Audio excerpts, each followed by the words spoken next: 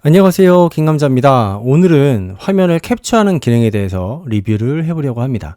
일단 제가 예쁜 배경에 제 영어 이름을 좌우로 왔다 갔다 움직이도록 설정을 해놨어요.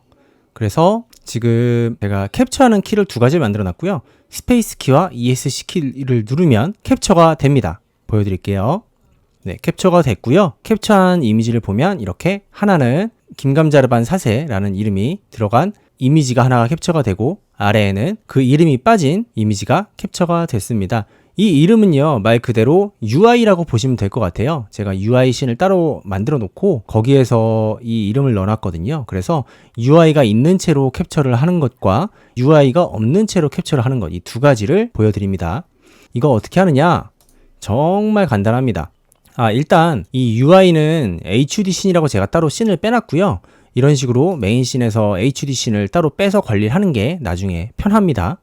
자, 스크립트를 볼게요. 일단 프로세스에서 인풋이죠.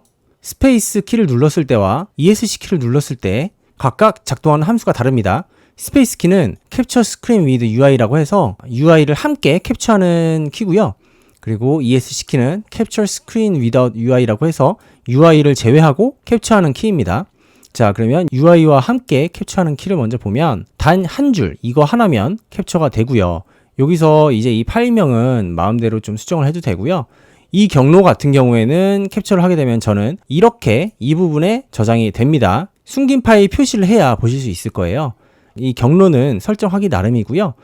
위에 있는 함수들, 이건 무슨 의미인지 제가 밑에 적어놨어요. 시간이 있으실 때 한번 읽어보시면 좋을 것 같고, 단 한 줄, 이 한 줄로 이미지가 캡처가 되고요.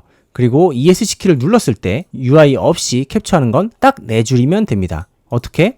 이 HUD 씬이 뭐였죠? 아까 이거였죠? 제 이름이 왔다 갔다 하는 이 UI죠. 이 UI 씬을 꺼줍니다. 꺼주고 캡처를 하고 그 다음에 다시 켜주는데, 근데 사이에 한 줄이 들어있죠? 이게 왜 있을까요?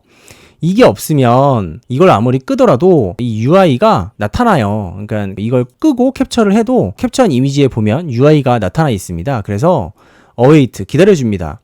어떻게? 이 프레임이 끝날 때까지, 이 프레임의 렌더가 끝날 때까지 기다려주고, 그 다음에 HUD 씬이 없어지면 그 다음에 기다렸다가 캡처를 하고 그 다음에 UI를 다시 켜준다 라고 보시면 될 것 같습니다.